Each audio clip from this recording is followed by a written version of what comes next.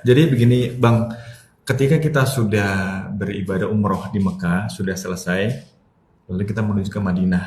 Nah, ketika di Madinah, kita beribadah kembali, misalnya sholat lima waktu, yang wajib-wajib juga kita laksanakan di Masjid Nabawi. Nah, pertanyaannya di sini, ada ibadah-ibadah sunnah apa aja nih yang bisa kita lakuin di Masjid Nabawi, plus kita bisa ngelakuin apa aja di situ.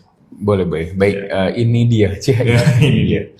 Yang pertama tuh kita ketika di Masjid Nabawi pastinya kan kita pengen sholat 5 waktu. Ya, Nah, jangan lupa juga melakukan sholat sunnah, ya. baik yang rawatib, qobliyah, ba'diyah.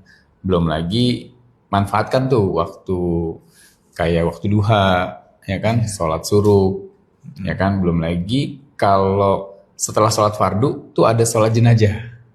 Ya. Nah, kita manfaatkan itu tuh. Jadi ibadah-ibadah yang berhubungan dengan sholat kita ikut gitu.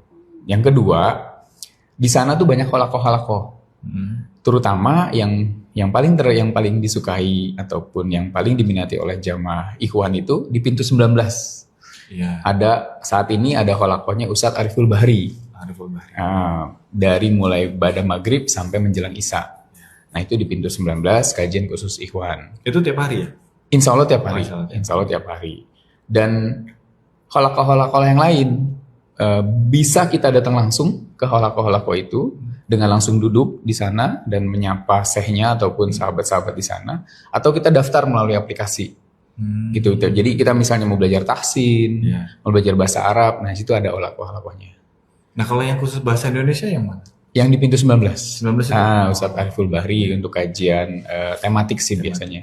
Betul. Dan pastinya terkait tentang fikih umroh dan sejarah sirah Nabi ataupun sirah Masjid Nabawi biasanya kajiannya. Dan ada lagi kita juga bisa mengunjungi, kita bisa ziarah ke makam baki.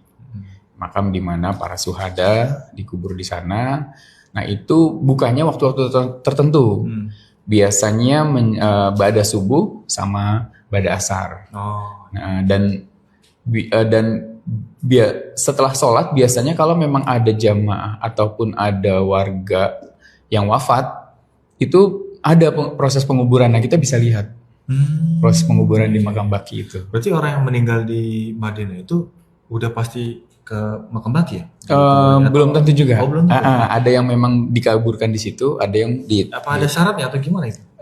Walau alam itu yang paham mungkin teknisnya pihak Madinahnya ya, pihak Masjid Nabawinya. Gitu. Dan ada lagi jamaah juga bisa mengunjungi museum-museum yang ada di sekitar Masjid Nabawi. Ada Museum Asefiyah, sebelumnya ada Museum Percetakan Al-Quran. Nah, itu jamaah bisa mengunjungi museum untuk mencari tahu ataupun mengenal lebih dalam Islam itu seperti apa.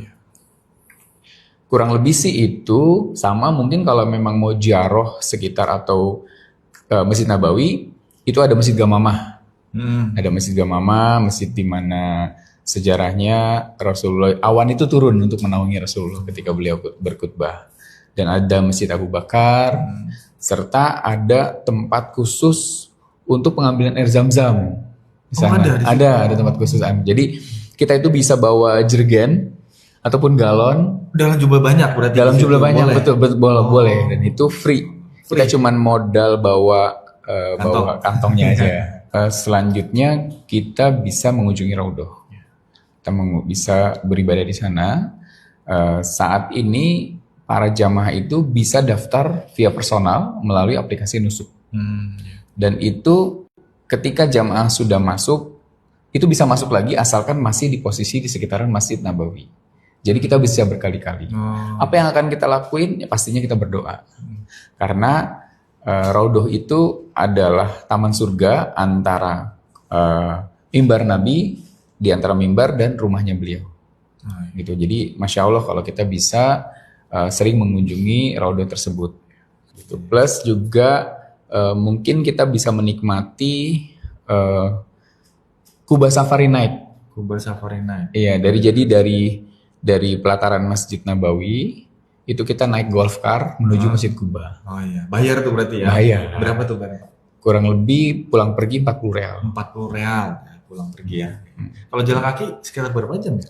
Jalan kaki ada sekitar setengah jam. Setengah jam.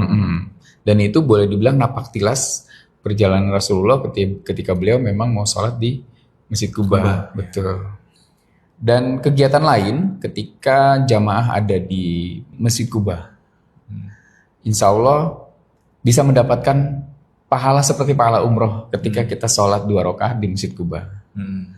Dan bisa juga kita ziarah untuk napak tilas ke Jabal Uhud atau Gunung Uhud.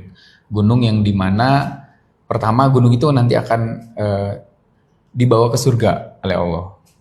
Dan gunung yang dimana pahala mengurusi jenazah seperti sebesar Gunung Uhud, Masya Allah.